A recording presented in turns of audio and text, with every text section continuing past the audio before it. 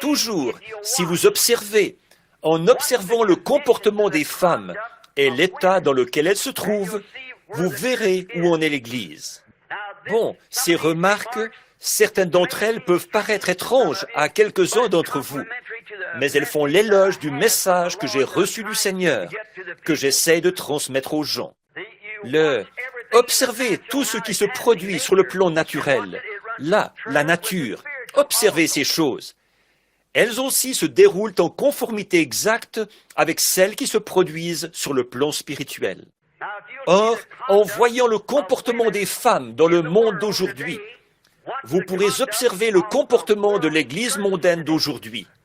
Observez bien. Bon, évidemment, il y a aussi le comportement de l'épouse spirituelle de l'Église. Voyez, ça aussi, observez-le. Parce que la soi-disant épouse, celle qui est naturelle, elle prétend être l'épouse. Maintenant, s'il vous plaît, je le répète à l'assemblée locale, ne le prenez pas mal, là. Je suis en train de parler à ceux d'un bout à l'autre du pays que je considère comme étant la dame élue. Alors, s'il y avait ici des ministres qui ne soient pas d'accord, eh bien, gardez simplement le silence pendant quelques instants. Voyez, remarquez, écoutez simplement. Remarquez ce caractère. Quand vous voyez les femmes qui se déchaînent, qui font tout ce qu'elles veulent, alors observez. L'Église fait la même chose. Remarquez, mais observez quand l'épouse spirituelle, quand elle commencera à avoir un réveil, quand elle commencera à revenir, à s'aligner sur la parole de Dieu. Alors, observez de nouveau. Vous voyez, les Écritures, à ce moment-là, il y aura un message qui se répondra pour atteindre cette épouse, pour atteindre cette femme, l'élue.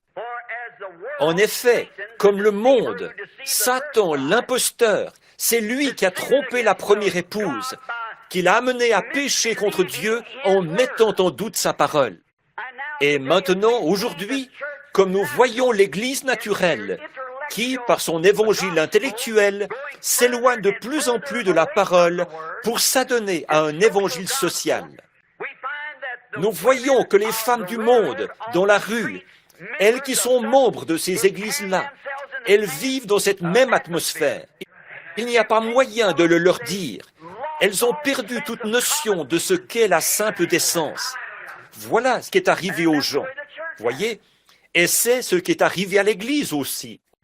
On peut la voir se diriger tout droit vers le conseil œcuménique, aussi sûr que 2 et 2 font 4, et tout droit vers Rome, à toute vitesse, vous voyez, parce que c'est ce qui a été prophétisé.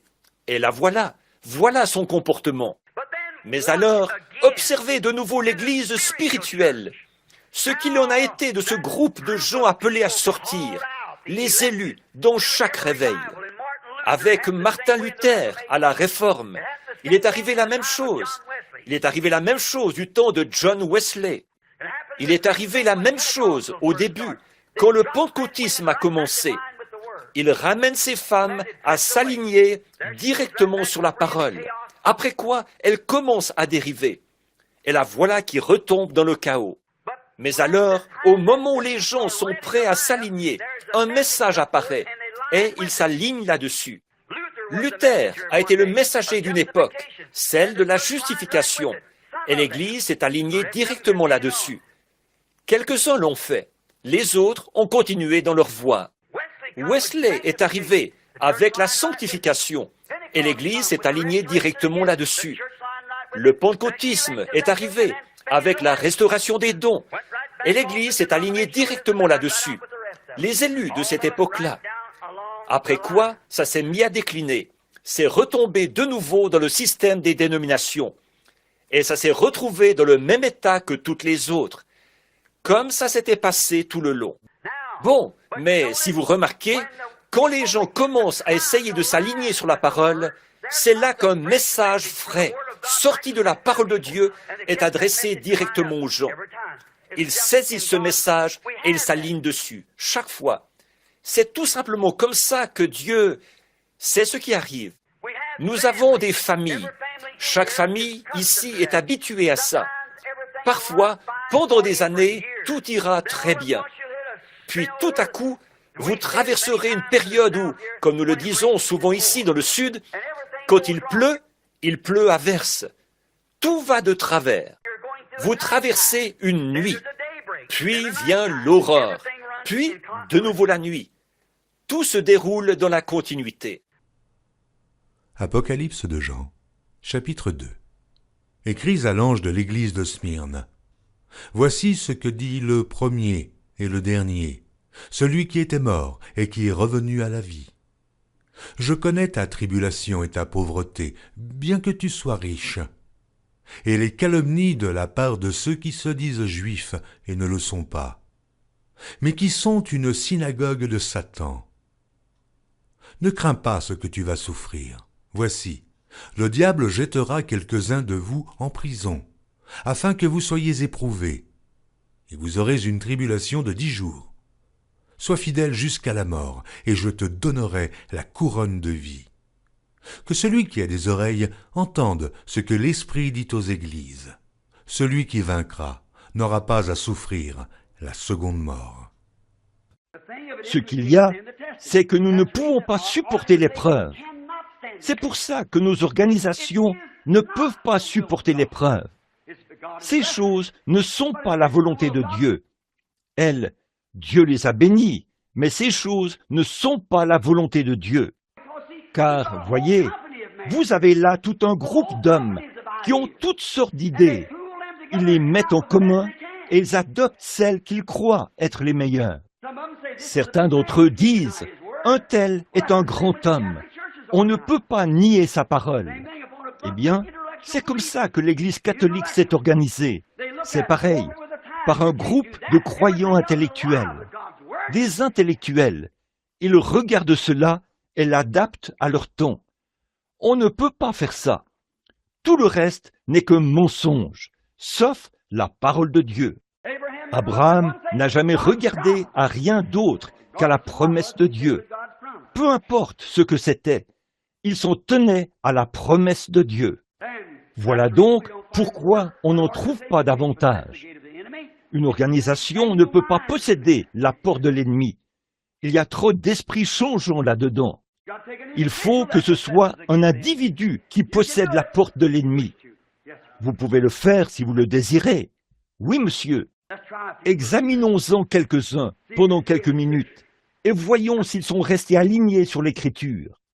Là, à un moment donné, à Babylone, une statue avait été érigée, un beau type de l'Église catholique. Et tous ceux qui ne se prosterneraient pas devant cette statue seraient brûlés dans la fournaise ardente. Alors, c'était une épreuve de force, à savoir s'ils allaient s'en tenir à ce que Dieu avait dit. Tu n'auras pas d'autre Dieu devant ma face, et tu ne te feras point d'image taillée de quoi que ce soit. C'est ce que Dieu avait dit. L'épreuve de force est arrivée. Tout le reste d'Israël est tombé dans le panneau. Et quand la trompette a sonné, et qu'on a entendu le son du psalterion et le son de la flûte, eh bien, ils se sont tous prosternés devant cette statue. Mais 3 d'entre eux ont dit « Pas question ». Ils avaient entendu cette petite voix tranquille et ils sont restés alignés sur la parole. Qu'ont-ils fait? Ils s'en sont tenus à la parole. Et après, on leur a dit « Si vous ne le faites pas, nous vous donnerons une autre chance. Sinon, nous vous jetterons dans la fournaise ardente. » Ils ont dit « Notre Dieu peut nous délivrer de cette fournaise ardente. » Mais, quoi qu'il en soit, nous nous en tiendrons à la parole. Maintenant, frère, qu'en est-il de vous? Qu'est-ce que je vais faire, frère Branham? Tenez-vous-en à la parole. Tenez-vous-en à la promesse. Toute mon Église me mettra à l'écart. Tenez-vous-en à la promesse. Ils vont disparaître, s'en aller un de ces jours, de toute façon. Mais Dieu, non. Tenez-vous-en à la promesse. Eh bien, je vous le dis, ils me mettront à la porte.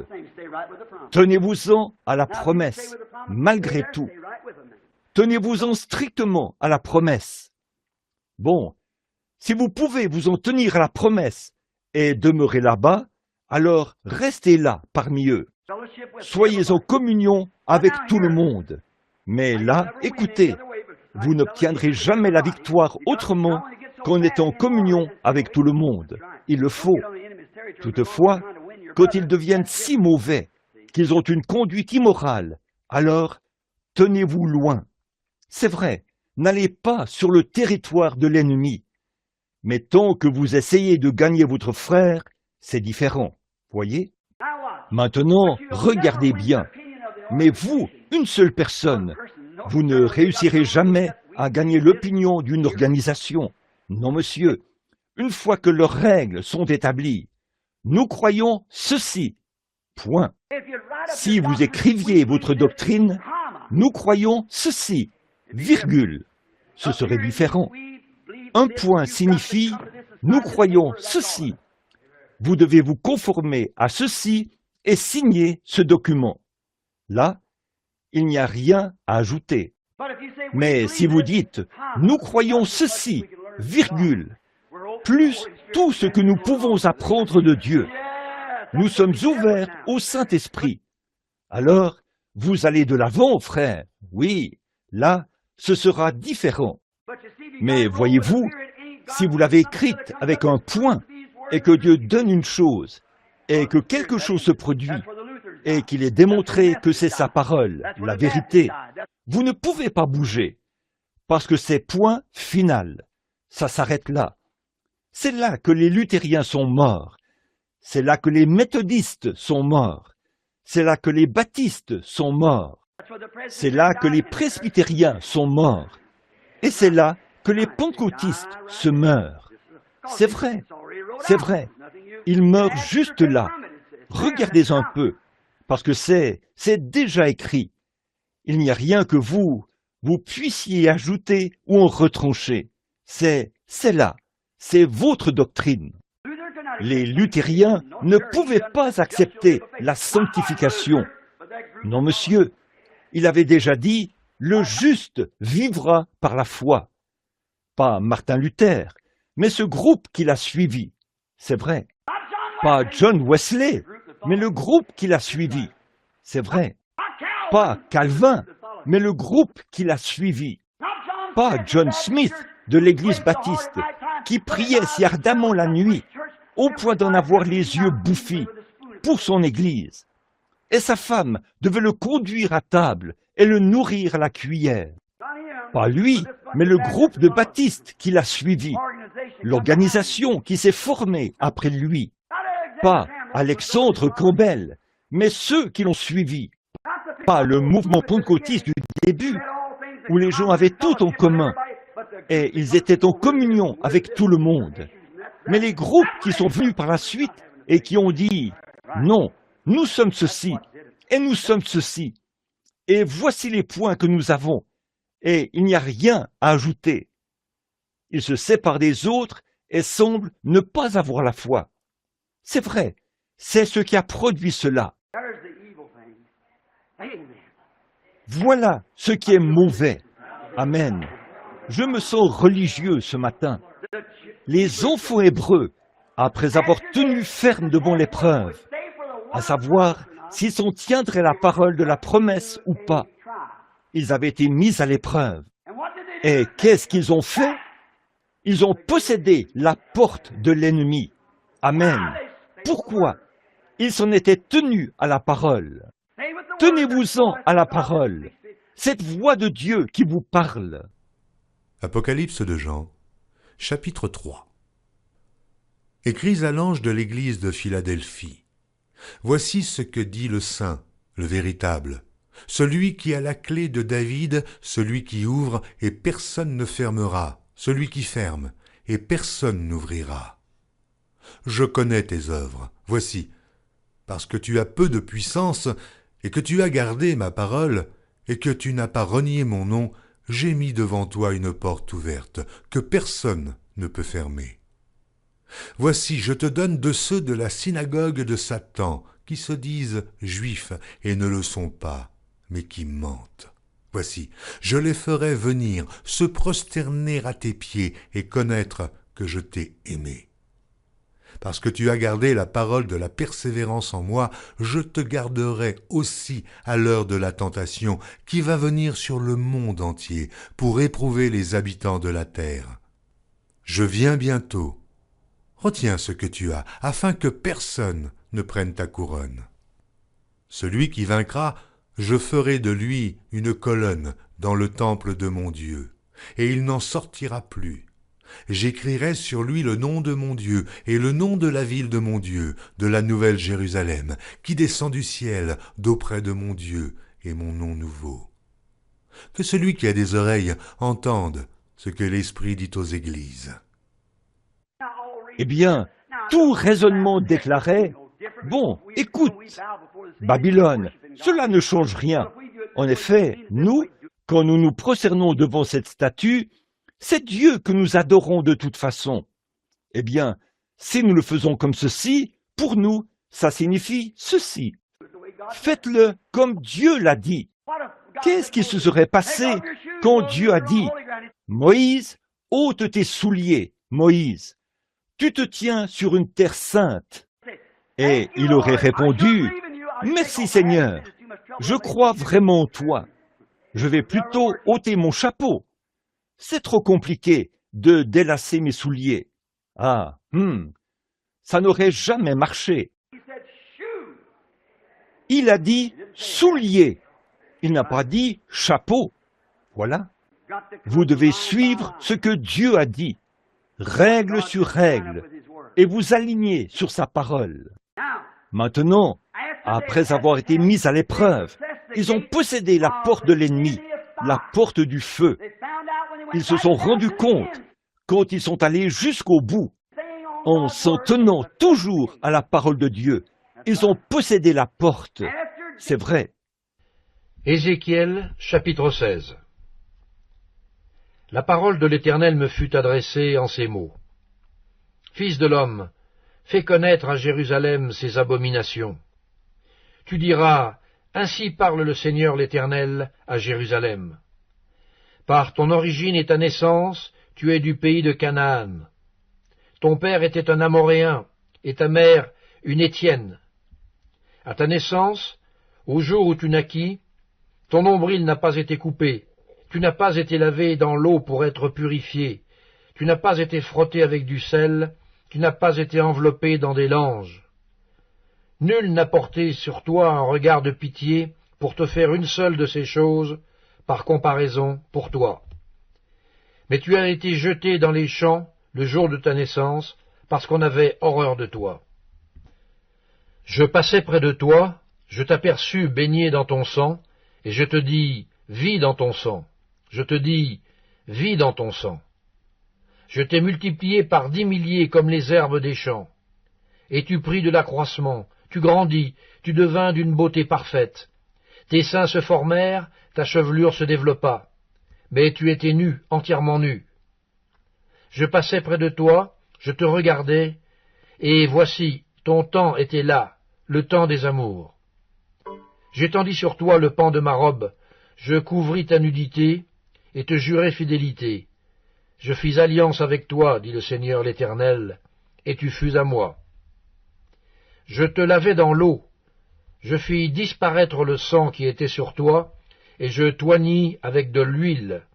Je te donnai des vêtements brodés, et une chaussure de peau teintes en bleu. Je te ceignis de fin lin, et je te couvris de soie. Je te parai d'ornements. Je mis des bracelets à tes mains, un collier à ton cou. Je mis un anneau à ton nez, des pendants à tes oreilles, et une couronne magnifique sur ta tête. Ainsi tu fus paré d'or et d'argent, et tu fus vêtu de fin lin, de soie et d'étoffe brodée. La fleur de farine, le miel et l'huile furent ta nourriture. Tu étais d'une beauté accomplie, digne de la royauté. Et ta renommée se répandit parmi les nations à cause de ta beauté. Car elle était parfaite, grâce à l'éclat dont je t'avais orné, dit le Seigneur l'Éternel. Je vais m'arrêter ici juste un instant. Belle!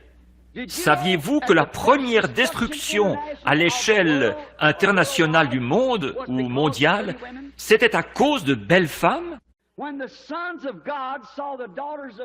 Quand les fils de Dieu virent que les filles des hommes étaient belles, ils prirent des femmes. Pas vrai? Avez-vous remarqué l'accroissement de la beauté des femmes en ce jour? J'ai vu la photo de Pearl O'Brien qui passait à un moment donné pour la plus belle femme du pays. Il n'y a pas une adolescente de cette école qui ne l'éclipserait quant à la beauté. L'accroissement de la beauté des femmes témoigne de ce temps de tromperie. Quand l'Église a-t-elle été plus belle en apparence qu'aujourd'hui? Tout l'accent est mis sur de beaux grands bâtiments et des millions de ceci et des millions de cela. Ne voyez-vous pas, elle, la tromperie? Donc, il n'y a rien qui puisse s'avilir autant qu'elle. Elle est conçue de façon à pouvoir tromper. D'ailleurs, Satan agit vraiment sur elle aujourd'hui, en ces derniers jours, parce que c'est lui qui l'a modelée. Je peux prouver ça tout de suite en retournant directement au commencement. Qui a commencé à agir sur elle? Adam ou Satan? Dieu ou Satan? Vous voyez, c'est lui qui l'a modelée. C'est son arme principale pour entraîner l'homme dans sa souillure.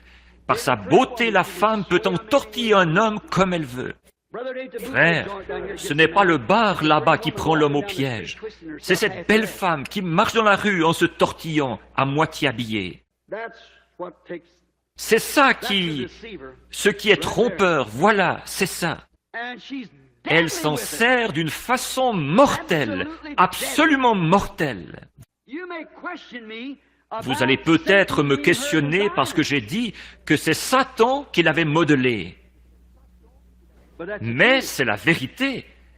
C'est Satan qui l'a modelée. Et c'est encore lui qui le fait. Je vais vous montrer quelque chose dans l'Écriture. Je dois vous ramener à l'Écriture. Ensuite, vous pourrez vous faire une opinion en regardant ce qu'il en est aujourd'hui. Ézéchiel, chapitre 28. La parole de l'Éternel me fut adressée en ces mots. Fils de l'homme, prononce une complainte sur le roi de Tyr. Tu lui diras, ainsi parle le Seigneur l'Éternel. Tu mettais le sceau à la perfection, tu étais plein de sagesse, parfaite en beauté. Tu étais en Éden, le jardin de Dieu. Tu étais couvert de toute espèce de pierres précieuses, de sardoine, de topaze, de diamant, de chrysolite, d'onyx, de jaspe, de saphir, d'escarboucle, d'émeraude et d'or. Tes tambourins et tes flûtes étaient à ton service, préparés pour le jour où tu fus créé. Tu étais un chérubin protecteur aux ailes déployées. Je t'avais placé, et tu étais sur la sainte montagne de Dieu. Tu marchais au milieu des pierres étincelantes. Tu as été intègre dans tes voies depuis le jour où tu fus créé, jusqu'à celui où l'iniquité a été trouvée chez toi. Par la grandeur de ton commerce, tu as été rempli de violence et tu as péché. Je te précipite de la montagne de Dieu, et je te fais disparaître, chérubin protecteur, du milieu des pierres étincelantes. Ton cœur s'est élevé à cause de ta beauté, tu as corrompu ta sagesse par ton éclat. Je te jette par terre. Je te livre en spectacle au roi. C'est Satan qui se caractérise par ce genre de beauté-là. Si nous remarquons, il était le plus beau de tous les anges du ciel. Pas vrai? Et il désirait faire du ciel un plus beau lieu que le royaume de Michel. Pas vrai? De même, pour vous montrer que Caïn était son fils, celui-ci a offert une plus belle adoration. Il a décoré ses autels avec des fruits, des fleurs et tout. Pas vrai? La beauté, le péché est beau, selon ce que nous appelons la beauté aujourd'hui. Et le péché est trompeur par sa beauté.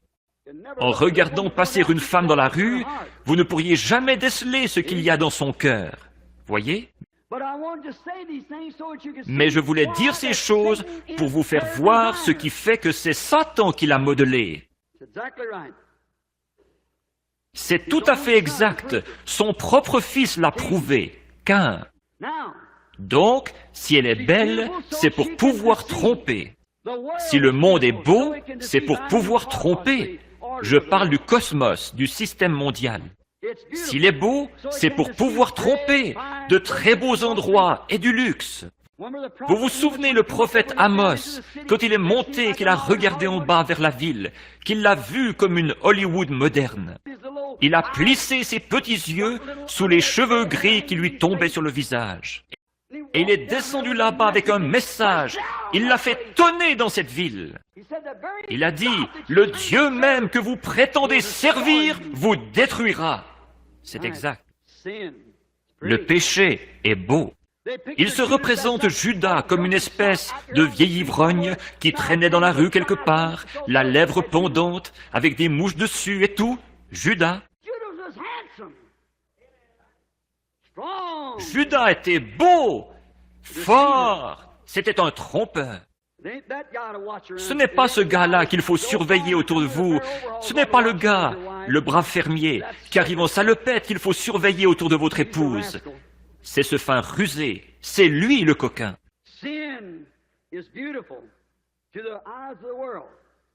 Le péché est beau aux yeux du monde, mais Dieu ne se caractérise pas par ce genre de beauté. Saviez-vous ça?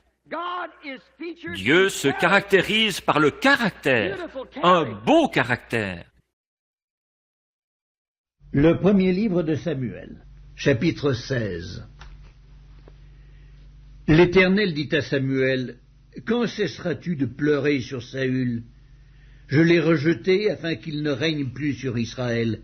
Remplis ta corne d'huile et va. Je t'enverrai chez Isaïe, Bethléemite, car j'ai vu parmi ses fils celui que je désire pour roi. » Samuel dit, « Comment irai-je? Saül l'apprendra et il me tuera. » Et l'Éternel dit, « Tu emmèneras avec toi une génisse, et tu diras, je viens pour offrir un sacrifice à l'Éternel. Tu inviteras Isaïe au sacrifice. Je te ferai connaître ce que tu dois faire, et tu oindras pour moi celui que je te dirai. » Samuel fit ce que l'Éternel avait dit, et il alla à Bethléem. Les anciens de la ville accoururent, effrayés, au-devant de lui, et dirent, « Ton arrivée annonce-t-elle quelque chose d'heureux ?» Il répondit, « Oui. Je viens pour offrir un sacrifice à l'Éternel. Sanctifiez-vous, et venez avec moi au sacrifice. » Il fit aussi sanctifier Isaïe et ses fils, et il les invita au sacrifice. Lorsqu'ils entrèrent, il se dit, en voyant Eliab, « Certainement, loin de l'Éternel est ici devant lui. » Et l'Éternel dit à Samuel, « Ne prends point garde à son apparence et à la hauteur de sa taille, car je l'ai rejeté. L'Éternel ne considère pas ce que l'homme considère. L'homme regarde à ce qui frappe les yeux, mais l'Éternel regarde au cœur. » L'homme regarde à la beauté naturelle. Elle est trompeuse. Et c'est pour ça qu'il a été donné cette beauté-là à la femme, pour la tromperie, pour tromper. Une femme qui est belle, si elle ne l'utilise pas comme il faut, c'est une malédiction pour elle. Ça va l'envoyer en enfer plus vite que n'importe quoi d'autre. Si seulement si elle peut être belle, c'est sûr, tant qu'elle reste avec son mari, qu'elle fait ce qui est bien, et c'est très bien ça. Mais elle peut se servir de cette même chose-là, et oh là là, elle peut vraiment tromper avec, car c'est pour ça qu'elle lui a été donnée. Remarquez, bon, mais Dieu se caractérise par le caractère. L'aspect de Jésus n'avait rien pour nous plaire. Mais il n'y a jamais eu un caractère comme le sien sur la terre.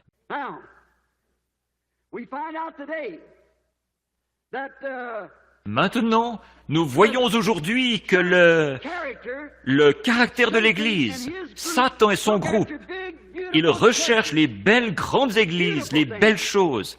C'est à ça que le monde regarde aujourd'hui. Oh, c'est le pasteur, le grand un tel du temps, telle et telle chose, tellement sacerdotal et pieux, il s'avance avec sa grande soutane et tout.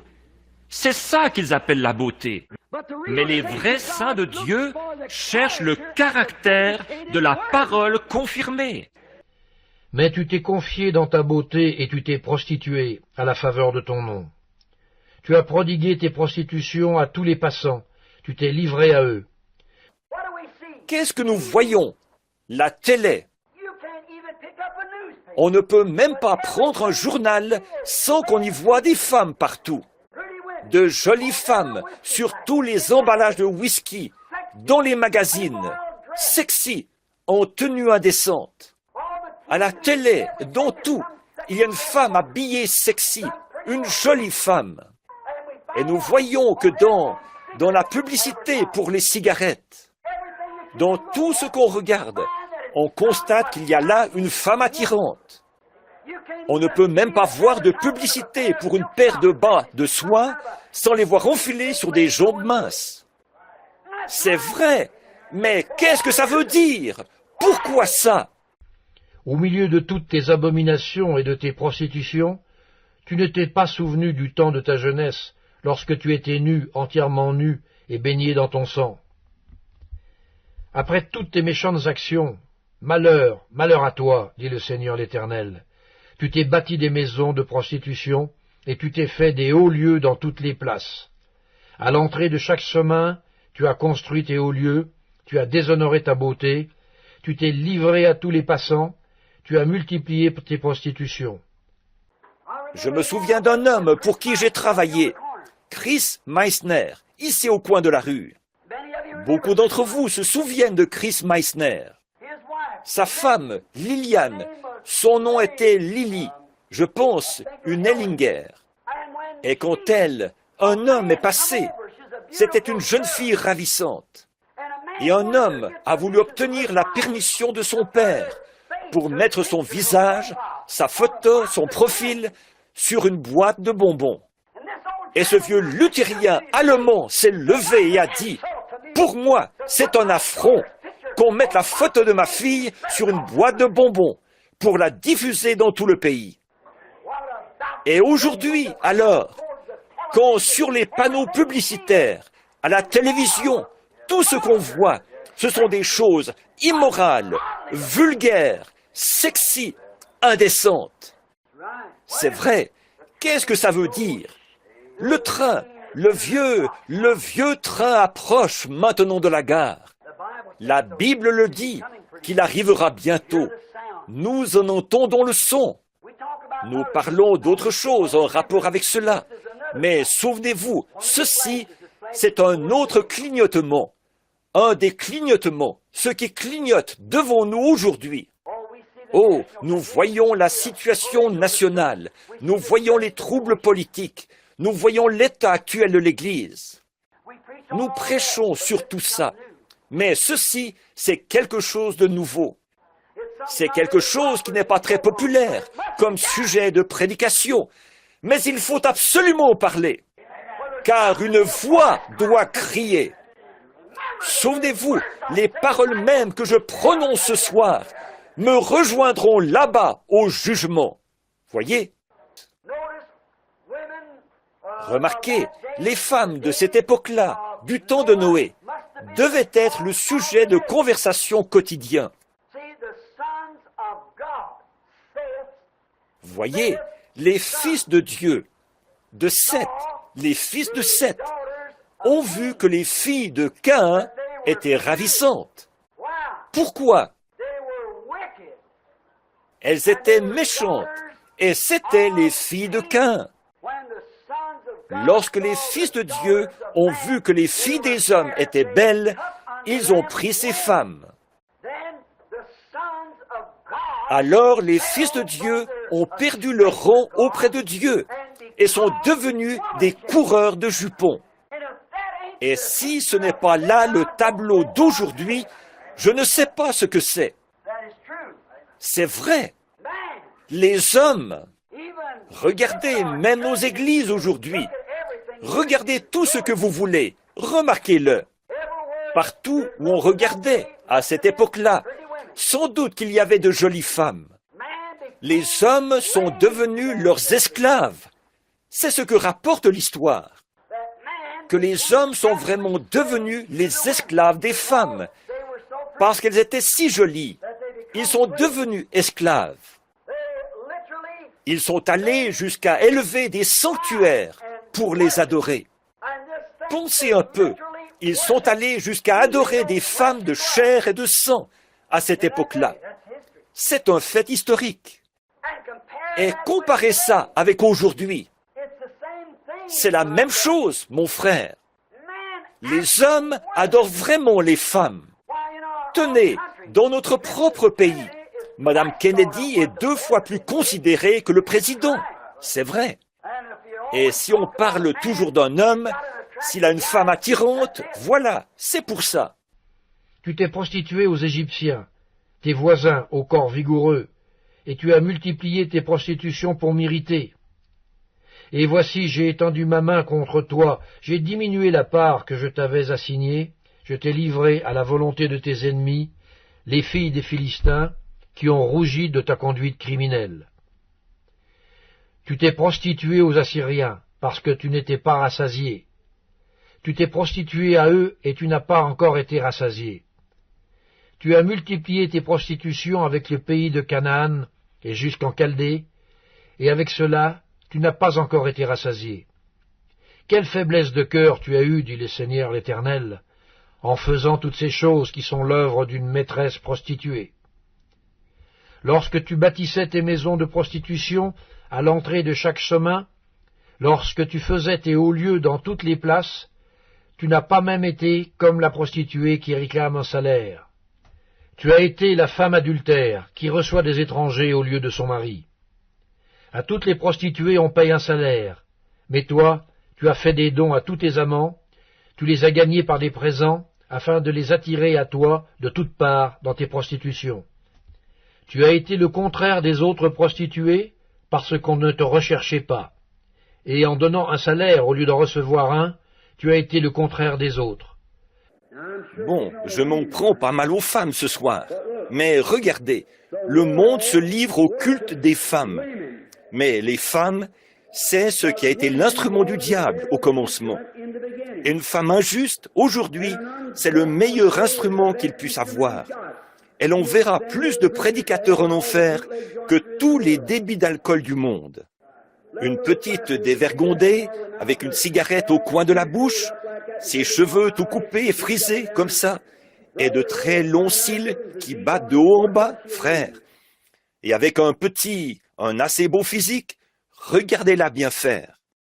Prédicateur, tu as intérêt à te couvrir du sang de Jésus-Christ, c'est vrai. Allons, ne me racontez pas d'histoire, vous êtes des hommes. J'en ai trop vu. Maintenant, regardez bien ici. Le mieux, c'est de garder votre pensée centrée sur Jésus-Christ. Il y a quelque temps, à Los Angeles, j'attendais, ou j'étais au camping, là-bas. Je roulais sur la route, et une petite demoiselle, une jolie petite jeune fille, très jolie, marchait sur la route. J'ai pensé, elle doit aller à un spectacle. Elle portait un petit costume traditionnel du Far West, d'environ 15 à 20 cm de large sur le devant, avec une petite frange de 7 à 10 cm qui pendait. Et sur le haut du corps, elle n'avait qu'un petit truc posé en travers, comme ça. J'aurais pu mettre ça en bouchon et le cacher dans mon poing fermé. Elle portait un chapeau de cow-boy et une paire de bottes avec des glands. Très attirante. Je voyais ce qui pourrait pousser n'importe quel jeune homme à donner un coup de frein et tout, pour s'arrêter près d'elle, pendant qu'elle marchait sur la route en se trémoussant. Je m'apprêtais à tourner en direction du camping. Je suis monté vers le camping. et j'allais faire demi-tour pour retourner là-bas. Je me suis dit que j'allais m'arrêter et dire, « Mademoiselle, j'aimerais vous parler au nom de notre Seigneur Jésus-Christ. Bien que vous soyez une jolie fille, ça ne fait aucun doute. Bien que vous ayez une silhouette qui ferait probablement que vous désirez entendre crisser les freins. Vous rendez-vous compte que cet esprit qui vous fait faire ça vous emmènera dans l'enfer du diable, où vous souffrirez pendant les âges à venir? Vous rendez-vous compte que ce beau petit corps bien formé, et ces belles pommettes, ces cheveux bien coiffés et tout, ces lèvres rouges? Peut-être que dans 6 mois, les vers entreront et sortiront de ce corps bien formé, là-bas, dans la poussière. Et cette âme qui l'habite aujourd'hui sera dans le tourment du diable. Et là, quelque chose m'a arrêté, comme si Dieu disait, « Si tu fais ça, ils vont t'enfermer là-bas, en prison. » Voyez, voilà. Alors j'ai vu Billy sortir et me faire signe. C'était le temps de venir. Je les entendais chanter « Crois seulement ». Oh là là! Comment les gens peuvent-ils se laisser envoûter par de telles choses? C'est parce qu'ils ne tiennent aucun compte de la parole de Dieu. Et une autre chose, c'est que les ministres qui sont derrière l'estrade, qui sont associés à ces organisations, qui lisent cela et qui savent ce qu'il en est, on leur interdit de dire quoi que ce soit à ce sujet, parce qu'ils feraient fuir leur assemblée loin d'eux. Et les églises cherchent des membres. Mais Dieu cherche des saints du Dieu vivant né de nouveau, qui brilleront comme les étoiles. Que Dieu nous aide à être honnêtes et à dire la vérité, ce que Jésus-Christ a dit. Mais c'est l'époque où nous vivons. Ce sont les signes que Jésus a annoncés, et nous les voyons directement devant nous. Un jeune homme de la ville, ici, l'autre jour, a failli tuer 2 garçons. Ils étaient à un certain poste d'essence. Les gens de Jeffersonville, vous avez vu ça dans le journal. Voilà cette jeune fille qui se présente à un poste d'essence, avec presque rien sur le dos du tout.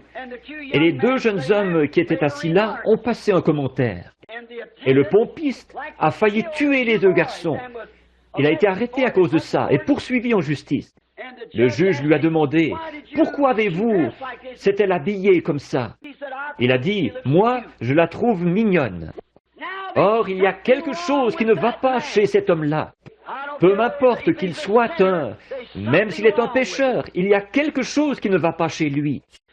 Son amour envers cette femme-là ne peut pas être authentique, et qu'il la laisse s'exhiber en appât pour les chiens comme ça. Il y a quelque chose qui ne va pas.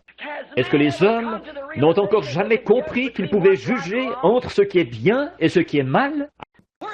Où est cet homme qui peut se lever et faire en sorte que ces femmes folles de par ici, qui se déshabillent avec et qui s'exhibent devant les hommes, et puis il les laisse se promener dehors, comme une bande de stripteaseuses. Et ensuite, ils vont mettre au pénitencier le garçon qui insulte l'une d'entre elles. Où est votre raison? Le bon sens, qu'est-ce que c'est? Si elle s'exhibe comme ça, qu'elle soit comme un chien. Oui, monsieur, s'il ne va pas avoir plus que de simple décence que ça, où sont les lois qui vont pouvoir arrêter ça?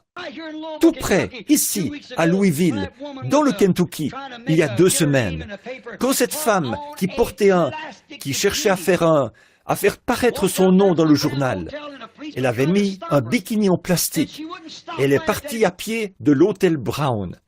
Un policier a essayé de l'arrêter, mais elle a refusé et s'est moqué de lui. Alors, il a braqué une arme sur elle pour l'arrêter. Il l'a poussée dans la voiture et l'a fait comparaître au poste de police pour tenue indécente et tout ça. Et elle est allée trouver. Savez-vous ce qu'ils ont fait à ce sujet? Ils ont renvoyé le policier. Que Dieu vienne en aide à une nation pourrie à ce point. Vous ne pouvez pas vous en tirer à moins de mal agir. Nous ne pouvons peut-être pas nous en tirer, mais nous pouvons monter. Et c'est ce que nous attendons. Inclinons la tête. Seigneur Jésus, que le grand berger vienne nous sortir de ceci, Seigneur. Nous l'attendons. Nous attendons cette heure. alors que nous voyons le monde si corrompu. Tu as dit qu'il serait comme ça. Tes grands prophètes ont prophétisé que ces heures viendraient. Nous croyons les prophètes, Seigneur. Nous croyons ça. Et maintenant, nous te prions, ô Dieu, de nous donner des prophètes pour nous interpréter cette parole, afin que nous sachions si nous avons raison ou tort. Nous voyons apparaître des faux prophètes. Ils sont dans les déserts, à Salt Lake City, dans toutes les régions du pays, dans toutes sortes de déserts et dans toutes sortes de chambres, des pères divins de toutes sortes et tout, partout. En voyant ces pauvres frères et sœurs de couleur là-bas, en ce moment, ils voulaient l'intégration. Dès qu'ils l'ont eue, c'est bien, ils devraient l'avoir. Ce sont des frères et des sœurs. Bon, mais une fois qu'ils l'ont eue, ils sont pires que jamais. Ça montre que c'est inspiré par le communisme. Oh Dieu, ces pauvres hommes, peuvent-ils voir ça? Que c'est seulement fait? Eh bien, il faut que ça arrive, Seigneur. Viens, c'est ce que nous voulons. Viens simplement, Père. Nous attendons. Viens, Seigneur, prends-nous dans tes bras. Pardonne-nous nos péchés. Il n'y a plus aucune justice dans ce monde. Une chose s'élève contre l'autre, et c'est tellement rongé par les vers qu'il n'y a rien de sain là-dedans. Tu as dit que tout le corps, ce n'était plus que des plaies vives. En vérité, toutes les tables sont pleines de vomissements. Tu as dit, à qui enseignerai-je la doctrine? À qui la ferai-je comprendre en ce jour-là? Toute la table du Seigneur est pleine de vomissements. Nous le voyons, Seigneur. Nous voyons que cette heure est venue. Aide-nous, s'il te plaît. Dieu bien-aimé, tellement de ces questions sont à propos des gens qui viennent en Arizona. Ô Dieu bien-aimé, fais que ces chères et précieuses personnes, ils écouteront cette bande là-bas. Fais-leur savoir que je ne suis pas un dictateur pour leur dire où ils doivent vivre et ce qu'ils doivent faire. Puissent-ils bien le comprendre? S'ils aiment cette région-là, moi aussi je l'aime. Laisse-les être là-bas, Père. Mais quand ils enseignent que l'enlèvement doit se produire là, et là seulement, ou qu'ils doivent être avec moi, un pauvre pécheur indigne et corrompu, sauvé par la grâce de Dieu, qu'il faut qu'ils soient près de moi, Seigneur, je veux être près de Paul. Je sais que lui, il va en faire partie. Et Pierre, Jacques et Jean, ils sont en Palestine, enterrés quelque part là-bas. Je sais que je partirai avec eux. Si tu as mis mon nom dans ce livre, dès la fondation du monde, j'y serai. Et je prie au Dieu que chacun d'entre eux y soit. Aide-moi, Seigneur, à les réunir tous de nouveau ici, quelque part, où ils voudront entendre le message, auprès de ces grands enseignants que sont frère Neville, frère Capps et tous ces autres frères ici, Johnny et frère Raddle, et JT, et tous, frère Collins, frère Biller, frère Palmer, et... Ô Dieu, je te prie d'accorder ceci à ces... Fais qu'ils viennent ici, où ils l'entendront vraiment, s'ils veulent l'entendre, au lieu de se sauver là-bas, dans ce désert. Ils essaient de faire exactement ce que ce passage de l'Écriture leur a dit de ne pas faire. Voici, c'est dans le désert, ne le croyez pas. Voici, c'est dans la chambre, ne le croyez pas. Seigneur, je fais de mon mieux pour les mettre en garde.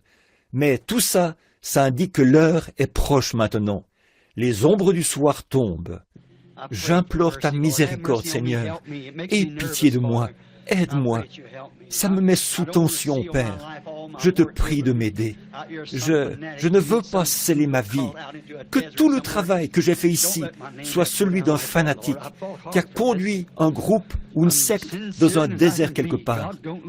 Ne permets pas que mon nom finisse comme ça, Seigneur. J'ai lutté ferme pour ceci. Je suis aussi sincère que possible. Ô Dieu, ne permets pas que ça arrive. Aide-moi d'une façon ou d'une autre. Je ne sais que faire. Je compte uniquement sur toi, mais aide-moi.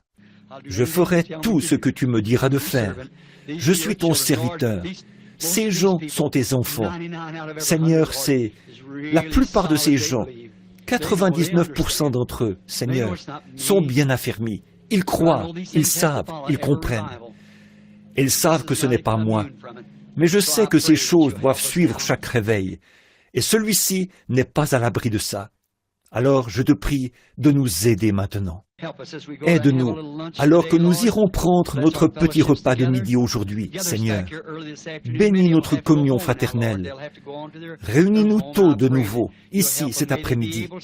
Maintenant, beaucoup d'entre eux devront rentrer chez eux, Seigneur. Ils devront retourner chez eux.